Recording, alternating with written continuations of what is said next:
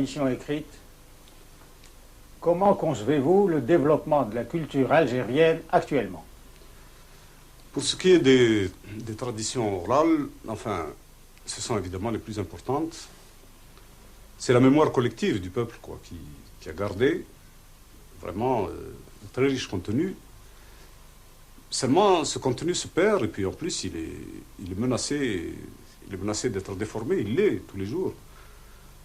Dans la mesure où on ne l'a pas maîtrisé, où on ne s'y intéresse pas assez. Un exemple, enfin, je crois que il y a eu une écriture autrefois, nos ancêtres, ces ancêtres qu'on appelle berbères, que les Romains appelaient barbares, c'est-à-dire les Algériens, de toujours. Cela, il est possible qu'ils aient écrit même avec leurs pieds sur le sable. Ce n'est pas impossible du tout, puisque le phénomène de l'alphabet, c'est la vie, quoi. C'est la vie qui détermine la culture, la langue, c'est la vie du peuple. Or, notre peuple, bon, pour des raisons que j'ai effleurées tout à l'heure, bon, c'est-à-dire qu'il n'a jamais été lui-même, il a toujours été envahi, bien, il a toujours été, en quelque sorte, dépossédé de cette culture. Et cette culture se déforme. Il y a actuellement une querelle, une fausse querelle que cherchent les arabisants purs, c'est-à-dire ces messieurs qui veulent s'en tenir au Coran et à l'ancienne littérature, à la forme, une espèce de latin.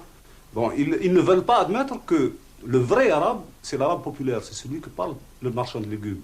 Et le marchand de légumes a plus de génie que le mandarin. Parce que le génie est dans la vie, il n'est pas ailleurs.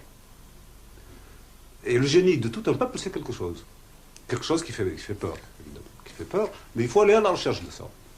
Alors nous avons beaucoup de choses comme ça. Nous avons, par exemple, de grands poètes, de très grands poètes, que les chanteurs, à l'occasion des marchés, ou bien c'est l'occasion des veillées, qui sont connus de bouche à oreille. Maintenant, il y a les dangers graves d'ailleurs, de l'altération et de la censure sociale. Parce que certaines choses, finalement, lorsqu'elles sont créées, sont pures, mais lorsqu'elles sont transmises, elles s'alourdissent de tous les conformismes d'usage, enfin, et à la fin, elles sont même menacées de perdre leur sens. On a connu ça même avec la poésie arabe elle-même. La poésie arabe n'a jamais été aussi grande que quand elle était anti-islamique et quand elle ne s'intégrait pas dans un ordre établi. Lorsqu'elle était vraiment libre, entièrement libre. D'ailleurs, la poésie, il n'y a rien à faire. Elle ne peut absolument pas elle ne peut pas s'exprimer pour l'ordre établi, quel qu'il soit. Parce qu'en elle-même, elle est toujours subversion. Elle est toujours, dans la mesure où elle est recherche d'une vérité non dite, dans la mesure où elle est recherche même, elle ne s'embarrasse absolument pas de plaire ou de déplaire, ou d'être dans la ligne ou pas. C'est une recherche en soi absolue. Alors, à plus forte raison, le langage, c'est-à-dire la façon dont l'homme s'exprime, ce qui le distingue du singe avec le travail, bon, c'est quand même une chose absolument fondamentale, ça. Si on ne saisit pas la langue à son jaillissement, on ne peut pas avoir une vraie poésie. Et c'est pourquoi l'Algérie est un pays qui a une vraie poésie, très riche, mais non écrite. Alors maintenant, nous arrivons à une phase où il faut l'écrire, l'enregistrer, en quelque sorte la conserver, mais pas la conserver dans un musée, pas la conserver dans une forme figée. D'ailleurs, n'a jamais eu de forme figée.